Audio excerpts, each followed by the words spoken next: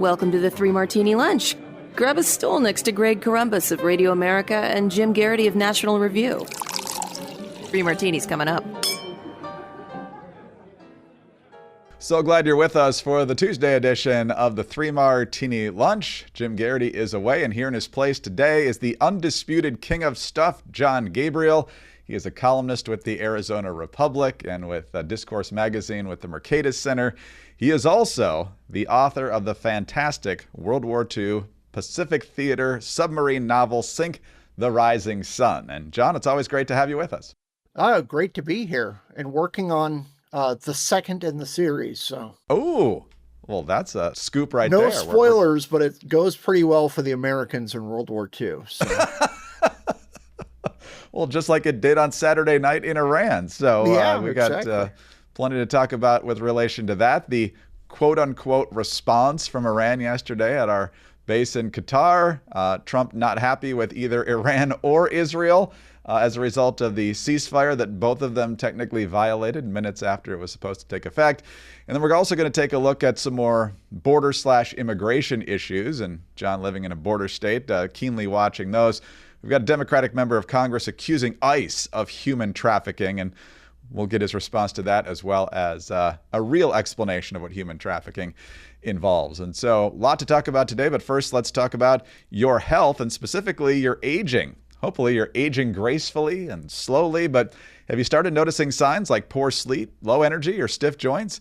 Maybe even some real health concerns. Well, aging is personal, and we all feel it in different ways. And if staying young and healthy matters to you, think about the time, money, and effort you've spent chasing that goal. That's why we're excited to share that there's now C15 from Fatty 15, the first essential fatty acid to be discovered in more than 90 years. It's an incredible scientific breakthrough to support our long-term health and wellness. Without enough C15, cells become fragile and age faster, and that accelerates overall aging. And developed with the U.S. Navy doctors, Fatty 15 uses pure, bioavailable C15 to repair age-related cell damage, protect against future breakdown, and support your body's natural repair systems. 72% of users report improvements in sleep, mood, energy, joint comfort, heart, liver, and metabolic health within just 16 weeks. Fatty 15 is on a mission to optimize your C15 levels to help you live healthier and longer. You can get an additional 15% off their 90-day subscription starter kit by going to fatty15.com/3ml and use the code 3ml at checkout. That's fatty15.com/3ml, code 3ml. All right, Jon, let's talk about the response from Iran. Yesterday, Tevi Troy and I talked about a number of potential responses, and I guess some of those could still be coming in terms of cyber attacks or sleeper cells that may have slipped across the border during the Biden years or some other time.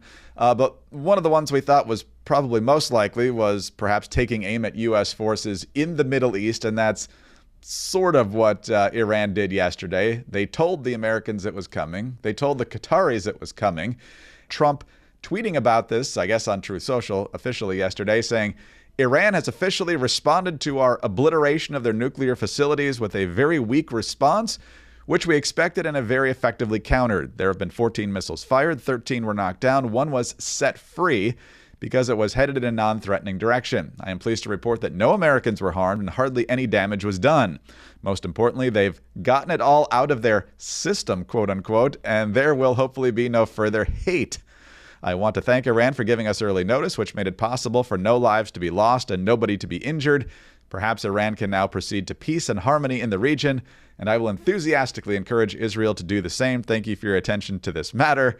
And our second martini will be about the last part of that message. And so, Jon, we've seen this in a number of previous instances, including the Iranian response to the killing of Qasem Soleimani. There was a response at U.S. facilities there. There may have even been some injuries actually there, but no fatalities back there in 2020. And so the mission goes about as smoothly as you can expect. Iran with a pretty impotent face-saving move here. What do you make of what we've seen so far? And is this really the end of it, at least for now? The hit on Qatar, or gutter, as I'm supposed to call it, which I will not, because there's a Q in there. But it seemed pretty obvious something like this was going to happen when we moved all of our assets, all the airplanes we had off that air base several days before the strike. It seemed pretty obvious this was just going to be a, hey, make us look like tough guys so we can get a headline in the Tehran Times, which is exactly what they did. Yeah, I don't think they want to mess with us after seeing that a couple of dudes from Missouri flew halfway around the world, dropped 30,000-ton bombs all over the place, and then flew back to Missouri to, I don't know, have dinner at Sonic Drive-In or something like that. It's kind of like, yeah, okay, I don't think we want to mess with these guys anymore. We're getting pummeled. This is embarrassing. And something Iran always has to keep in mind, and if you read back through history, this went all through Persian history, the main reason for their military is not for foreign enemies, it's to suppress their own people. And they know if they let people go a little crazy internally, they're going to be gone since everybody hates them.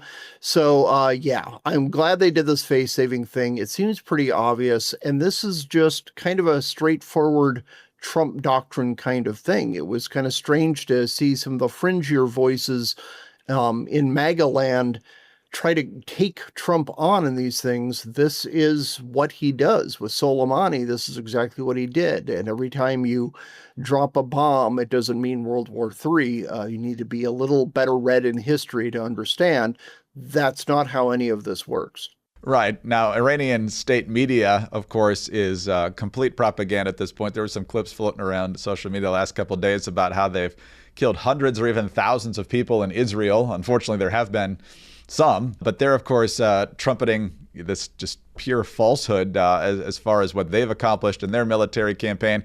So I can only imagine what they're telling the Iranian people they accomplished with this attack on the base when they tipped us off, and the Qataris. Yeah, it's kind of pathetic to see. And you know that tons of people in Iran, yeah, they might not have access to all the news sources, to the conventional internet, to, read, I don't know, something from the BBC or the New York Times. The New York Times probably just cribs from Tehran's official papers these days. But many of the people there have VPNs that they use. There are ways of getting around the censors. And this news is getting out there that their army is basically a paper tiger. You had Israel right in the opening, I was going to say opening hours, but opening minutes of this attack, just completely eliminate all of their air defenses. They were just gone in seconds. And yeah, I'm sorry, they should feel extremely vulnerable. And if they're going to do all this tit for tat stuff and attack our service members in Iraq and fund Hezbollah and fund the Houthis and all these people to do these little sniping attacks, it's about time someone said, okay, everyone out of the pool, Dad's back. We're going to do let me pull this branch off the tree, and I'm going to learn you kids something. That's basically what happened here. And they don't have any stomach for it. No, but I think you mentioned something really important, and that's that the main point of their military and their security forces is to keep their own people in line. I can imagine there would be a number of people thinking that after this emasculation, especially if they've got internet access and they know the truth about what happened over the past couple of weeks, that now might be the time to rise up. And I'm guessing the mood that they're in, that could be met with quite a bit of brutality.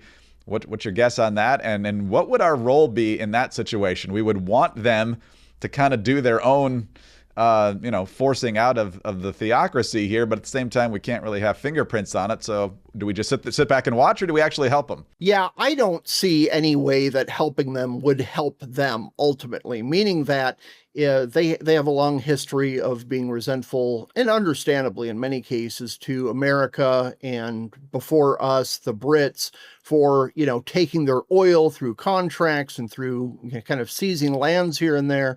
I think seeing anything as American-backed would hurt any kind of rebel faction trying to restore the Shah or starting a republic or whatever kind of government they might want.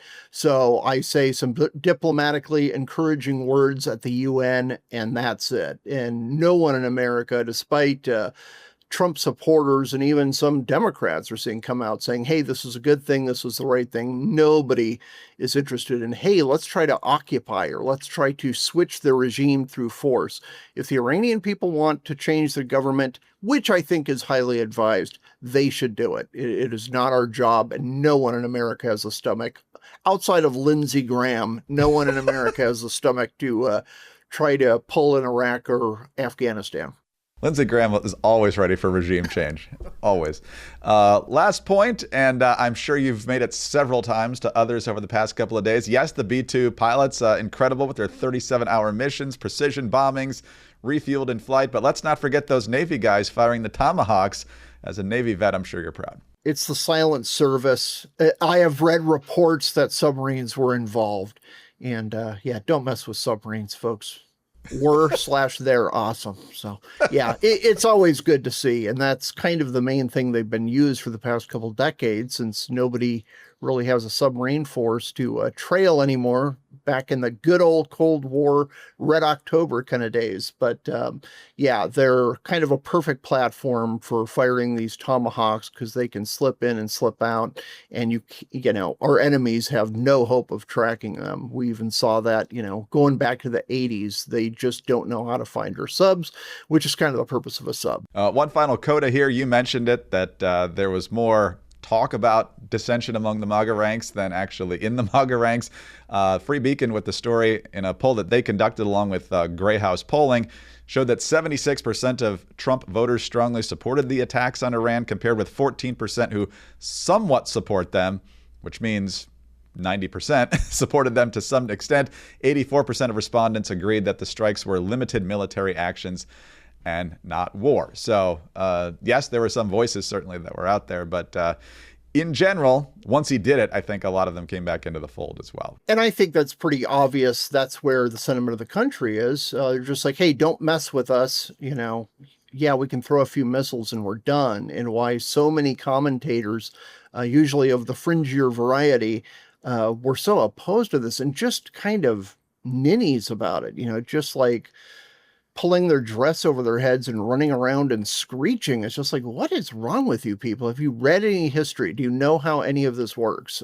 So they just got way over their skis. And now it's kind of amusing to say, well, our pressure on Trump forced him to seek a ceasefire. No, he had been saying he wanted a ceasefire since before we even did anything. So yeah, it's just weird that so many people got over their skis with this. And this is the kind of military action that Americans are usually supportive of throughout our history. As long as we don't entrench ourselves for years, that's when things go sour. So we'll talk about that ceasefire and whether it's going to hold in just a second. But obviously, we've been watching some of this combat over the last couple of weeks. Israel, Iran, the U.S. involved. It can obviously be stressful. And so managing all that, you might need some help. And this is an ad for BetterHelp. And today, whether it's stress about what you're seeing on the news, whether it's stress in your personal life, your professional life, and things you just hope to accomplish but haven't been able to get over some of those speed bumps yet, BetterHelp can definitely help you out. And with more than 35,000 therapists, BetterHelp is the world's largest online therapy platform, having served more than 5 million people globally. And it works with an App Store rating of 4.9 out of 5 based on more than 1.7 million client reviews. It's convenient. You can join a session with the therapist at the click of a button, and you can switch therapists at any time. As the largest online therapy provider in the world, BetterHelp can provide access to mental health professionals with a diverse variety of expertise. Talk it out with BetterHelp. Our listeners get 10% off their first month at betterhelp.com/3ml. That's betterhelp.com/3ml. All right, John, on to our second martini. Kind of a frustrating one for President Trump, as you'll clearly hear in just a moment. But yesterday, in addition to talking about Iran's pretty lame response, thankfully, Trump surprised a lot of people with this one. Congratulations to everyone. It has been fully agreed by and between Israel and Iran that there will be a complete and total ceasefire in approximately 6 hours from now, when Israel and Iran have wound down and completed their in-progress final missions. For 12 hours, at which point the war will be considered ended. Officially, Iran will start the ceasefire, and upon the 12th hour, Israel will start the ceasefire, and upon the 24th hour, an official end to the 12-day war will be saluted by the world. During each ceasefire, the other side will remain peaceful and respectful. On the assumption that everything works as it should, which it will, I would like to congratulate both countries, Israel and Iran, on having the stamina, courage, and intelligence to end what should be called the 12-day war. This is a war that could have gone on for years and destroyed the entire Middle East, but it didn't and never will. God bless Israel, God bless Iran, God bless the Middle East, God bless the United States of America, and God bless the world. Well, shockingly, Jon, it didn't work out that way in the Middle East. I know you're staggered by that fact, but here's kind of what the timeline seems to have been as both countries technically violated this ceasefire. Cassie Akiva over at the Real Daily Wire kind of given the moment by moment here. Trump announces a ceasefire yesterday, giving 6 hours for both sides to wrap up their operations. Israel then bombs Iran heavily within that window. Iran shoots 5 missile barrages at Israel, one of which killed 4 people. Trump's deadline goes into effect, and Iran shoots another barrage. Trump announces his deadline is in effect on truth and asks for no more firing. Iran fires 1 missile 3 hours later, which does not land, according to Trump. Israel vows to respond. Trump publicly demands that Israel not respond and that its planes turn around. Israel strikes a minor site and turns its planes around. And as of right now, that's the last action we've seen between the two countries. But as he departed the White House, getting ready to board Marine One, Trump not happy with either country, but he seemed to be especially irked that Israel still carried out that final mission, even though he told him to turn around. Yeah, I do. They violated it, but Israel violated it too. Are you questioning if Israel is committed? Israel, as soon as we made the deal, they came out and they dropped a load of bombs, the likes of which I'd never seen before. The biggest load that we've seen. I'm not happy with Israel. You know, when I say, okay, now you have 12 hours, you don't go out in the first hour and just drop everything you have on them. So I'm not happy with them. I'm not happy with Iran either. But I'm really unhappy if Israel's going out this morning because of one rocket that didn't land, that was shot, perhaps by mistake, that didn't land. I'm not happy about that. You know what? We basically have two countries that have been fighting so long and so hard that they don't know what the they're doing. Do you understand that? Well, that's a statement you don't get on the South Lawn too often.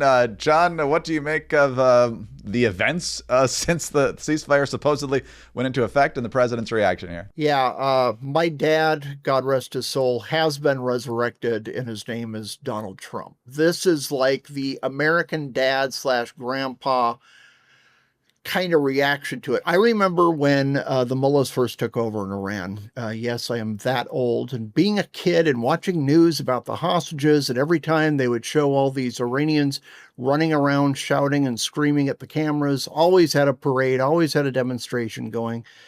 And my dad just looked at me and said, "Don't these people have jobs?" So that's the level of foreign policy a lot of times you're going to get from Donald Trump, and that's why that's where the American people is. Yeah, he's very ticked off. He really is just kind of like playing the dad role. It's just like, don't make me stop this car, because I'll stop it and then you'll be sorry. You know, that's kind of the attitude here. And it's no surprise in these Middle Eastern conflicts that it is going to be this kind of tit for tat. What can we get away with? We see this constantly with Hamas is always doing these kinds of things. So it's not a surprise that this happened. It's good that it seems to have tamped down a bit. Guys, why don't you just follow through on this, or at least till Donald Trump gets distracted with something else a few months down the road, because it's not going to go well for either country if you keep doing this crazy stuff. So I understand the need to, hey, we can't just let Iran shoot a stray missile because then they will do more. But it's like, guys, just the ceasefire just started. Let's give this a chance, and it's probably better for all three countries if you just play it cool for a while. So assuming it holds from now for a little while, is this a significant diplomatic achievement, or is this basically an admission that Israel pretty much did everything it wanted to do? Yeah, I think it's more, it's less diplomatic than Israel did what it wanted to do, and Iran has to just be reeling. Since they fund Hamas, Hamas does this hideous attack a couple of years ago. Since then, Gaza is basically flattened. Hamas, half their leaders, if not more, have gone on to their eternal reward. You had Hezbollah basically destroyed in everything but name. You've had the Houthis wrecked up pretty solidly, all their positions, and now Iran itself. Guys, just stop. you need to stop and reassess.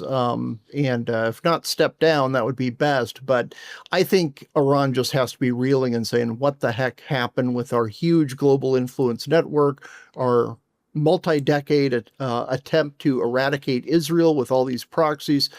Guys, you failed, and you failed miserably. I assume the word reward has quotes around it for the eternal reward of the terrorists? Right.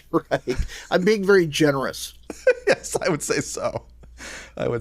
So we'll see how long it lasts. You're right about the proxies and not being in a position to do much. The Syrians, obviously, a totally different regime. They're not going to get involved anytime soon. And Iran is, they're in recovery mode at this point, if they can recover at all. So a lot to watch there. All right, well, it can seem very complicated to figure out what in the world is going on, especially in the Middle East, and the background story for Iran and for Israel and for U.S. involvement there. And obviously, a lot of it goes back to 1979 with the revolution in Iran, or the foundation of the modern state of Israel in the 1940s. But understanding all of that and even much deeper is critical to figuring out the motivations going forward. Understanding America's approach to the world over our entire history is critical as well. And that's why Hillsdale College is offering the online course, American Foreign Policy. As we have said, Hillsdale College offers more than 40 free online courses. That's right, they're free. From understanding capitalism, as we've mentioned many times, the U.S. Constitution, the rise and fall of the Roman Republic, or the history of the ancient Christian church. So go right now to hillsdale.edu/martini to enroll in this course, American Foreign Policy, or Understanding Capitalism. There's no cost, and it's easy to get started. That's hillsdale.edu/martini to enroll for free. All right, John, let's move away from the Iran-Israel conflict and the U.S. involvement, of course, over the weekend, and get back to an issue that has certainly dominated the headlines for much of this year, and that's ICE enforcement of immigration laws, taking illegals, in many cases criminal illegals, into custody and deporting them, because most of them have deportation orders. The left doesn't like that. We're not sure why. We talked about Karen Bass admitting that they're a huge part of the LA economy, so she's exploiting their labor. You've got other people, of course, who want to turn them into citizens so they can have all their votes. One of those is Congressman Maxwell Frost of Florida, who we just talked about last week, because he wants to make every illegal a citizen, so that will end the problem of illegal immigration. That's the attitude you have from the left on this. But he's not done. Frost last week, and this kind of got overshadowed by the events in Iran, but he went on the late night show with Stephen Colbert, and Maxwell Frost says it's not human trafficking that ICE is stopping. No. It's ICE that's doing the human trafficking. Take a listen. We have ICE federal agents pulling up, terrorizing our communities, hopping out of unmarked vans, stealing and, yes, kidnapping people, not giving them their day in court, and, yes, human trafficking them to other nations, other countries around the entire world. There's nothing in that statement that was actually true, except they do pull up when they make an arrest, but they're not kidnapping people. They're taking people into custody. There's a big difference there, and they are not human trafficking. You want to know what really happens during human trafficking that the left never wants you to hear? Well, Tom Homan, the border czar, has been doing this job for roughly 40 years, as he will tell you, and he's dealt with people who have gone through the human trafficking process to try to come to this country. Here's what he said at the White House just a few weeks ago about what really happens when people are human trafficked into the country. In 40 years of doing this job, people always want to say, why are you so emotional when you testify? Why are you so emotional on network? Because if they wore my shoes for 40 years, they'd understand why I'm emotional. I've talked to little girls as young as 9 years old that were raped multiple times by the cartel members. And then when you get to your knees and you talk to that little girl and everything innocent and pure has been ripped from her, when you listen to the Laken Riley, 17 minutes, that young lady fighting for her life, don't just think, okay, a young woman died. Think of how she died, the terror that she went through, and these children that are sexually assaulted. I stood in the back of a tractor trailer and 19 dead people at my feet that baked to death. Illegal immigration is not a victimless crime. And so every sick person we take off the streets, especially child rapists, it makes this country much safer. And so, John, you live in a border state. You're well aware of all of this. But the fact that the Democrats keep siding with literally the worst elements of humanity in the face of real evidence like that is just staggering. Yeah, and it seems like they could do some kind of midpoint position where it's like, look, most of these guys are innocent, happy, hardworking people who just want to be Americans. But yeah, of course, get rid of this like severely criminal, felonious element going on. But instead, it's just like, no, they hold up these child traffickers basically as heroes. I know all of them. We need to make all of them citizens. It's just nuts. And anyone who's lived in a border state has seen countless stories like this. So the coyotes just trafficking people, holding people hostage, demanding more and more money from them, killing them, abandoning them in August in the Arizona desert, which is unpleasant even to drive through at that time of year, let alone be dropped off 100 miles from any kind of water or human settlement. Even back 10 years earlier, when you would always have these Republicans talking about possible amnesty bills, and they would always start talking about it near the middle of summer. And every time they started that talk, you would have waves of people crossing the deserts in the summer. And there's this little border community called Sasabe. It's right on the Sonora, Arizona border that has just accumulated crosses from people memorializing their relatives who have died on that trek through just the sun-parched, baked desert. These people desperately trying to get help, being lied to by Washington politicians, and basically dying out there in the middle of nowhere all alone. They still will just find random skeletons out there in the deserts all the time because these people are risking their lives to come here. And a lot of times it's a situation where they pay human traffickers to bring them to the States, and they cross the border, drive in to America 5 miles, and then just kick them out of the truck and leave so they don't get in trouble. They have their money. They don't care. And those people are left to starve and die. So, this is not a compassionate response to be encouraging this kind of madness. It is not a harsh, meanie kind of requirement to suggest that people follow the actual rules. Yeah, they can be tightened up a little, made a little more smooth, but we just cannot accept everybody out here, and to keep encouraging this reckless, dangerous, ugly, and criminal behavior is just disgusting. Yeah, and there's a story from Los Angeles, I think it was the LA Times, but I'm not completely sure, talking about how prostitution among 12-year-olds is at a record high in Los Angeles, and it's basically as a result of this same system. They're either paying off debts to the cartels or what have you. How in the world did the left get tagged as the compassionate side of this debate? Is it just a matter of media malpractice here? It's hard not to view it as just evil at some point. It really is crazy that they would defend these human traffickers. And what you'll have a lot of times too, these coyotes take people from Mexico and further afield all the way through Central and South America. And they'll say, yeah, we'll bring you to the state. And then they hand them off to some kind of a major gang in San Diego or LA. And they will just use those people as slave labor, whether it's sex slavery or anything else. It's just really revolting to see people like Karen Bass, Gavin Newsom, and Maxwell Frost endorse this just hideous human abuse and what really is modern slavery. Hopefully we'll have some lighter fare tomorrow, John. We do have the most ridiculous Democratic primary in the history of New York City, where it's a completely disgraced ex-politician wanting to be a politician again, or the avowed socialist. So good luck, everybody. I'm sure you wish you could vote there today, right? Oh, gosh. Thank God I live on the other side of the country. Jon Gabriel, he is the undisputed king of stuff. He is a columnist with the Arizona Republic and Discourse magazine, and he is the author of Sink the Rising Sun, a novel about submarine warfare in the Pacific theater of World War II. And as we just learned today, his sequel is on the way. I'm Greg Corombos of Radio America. Thank you so much for listening today. And please be sure to subscribe to the 3 Martini Lunch if you don't already. And please tell your friends to do so as well. Thanks also for your 5-star ratings and your kind reviews. They really do help us out a lot. So please keep those coming. Get us on your home devices. All you have to say is play 3 Martini Lunch podcast. Follow all of us on X. John is at XJon, EXJON. Jim is at Jim Garrity. I'm at Greg Corombos.